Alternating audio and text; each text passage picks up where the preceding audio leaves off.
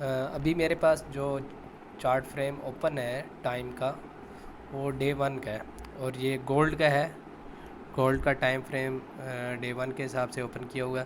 اب اس پہ ہم انالیسس کیسے کریں گے؟ ایک تو یہ ہے کہ کل کی ہم ٹریڈ بھی دیکھیں گے، کل اس نے کیا ٹریڈ لی ہے گولڈ نے، پھر اس کو ہم نے ٹائملی دیکھنا ہے، جیسے 4 آور پہ آ جاتا ہے ٹائم فریم، ٹھیک ہے، 1 آور پہ آ جاتا ہے، اسی طرح 30 منٹ پہ آ جاتا ہے، اور 15 منٹ پہ آ جاتا ہے۔ تو یہ سارے ٹائم فریم کے حساب سے ہم اس کو انالیسس کریں گے۔ تو ابھی اگر ہم ڈے ون کے حساب سے دیکھیں تو یہ کل کی ایک اس نے اپنی کینڈل کلوز کی ہے جو کہ 2000 سے نیچے آ گئی ہے۔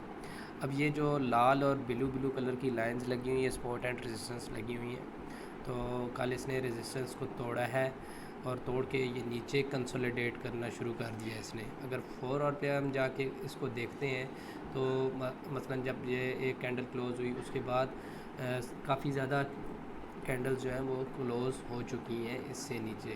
تو جب ایک ریزسٹنس کو توڑ کے مارکیٹ نیچے کلوز کرتی ہے تو اس کا مطلب ہے کہ وہ پھر آگے نیکسٹ ریزسٹنس کی طرف جائے گی۔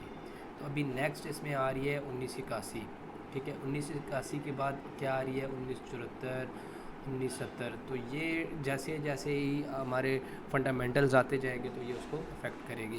تو ابھی اگر یہ ریٹریس کرتی ہے تو یہ واپس 2000 تک جائے گی۔ تو یہ ٹریڈنگ ایک طریقہ ہوتا ہے کام کرنے کا۔ آپ نے اگر ٹریڈ لینی ہے تو اس کو آپ ریٹریس کے اوپر بھی کر سکتے ہیں، مثلا 2000 کے اوپر آتی ہے تو سیل آرڈر دے سکتے ہیں۔ تو اس کے بعد یہ ہے کہ آپ اس کو 1981 82 پہ اپنی ٹی پی رکھ سکتے ہیں۔ تو اسی طرح ہم آگے بھی کافی چیزیں ساتھ ساتھ سیکھتے رہیں گے، تو چھوٹی چھوٹی ویڈیوز میں اپلوڈ کرتا رہوں گا۔ آپ نے میرے چینل کو بھی سبسکرائب کر لینا ہے۔ باقی کوئی کویسچن ہے تو کمنٹ میں کر لیں۔ شکریہ۔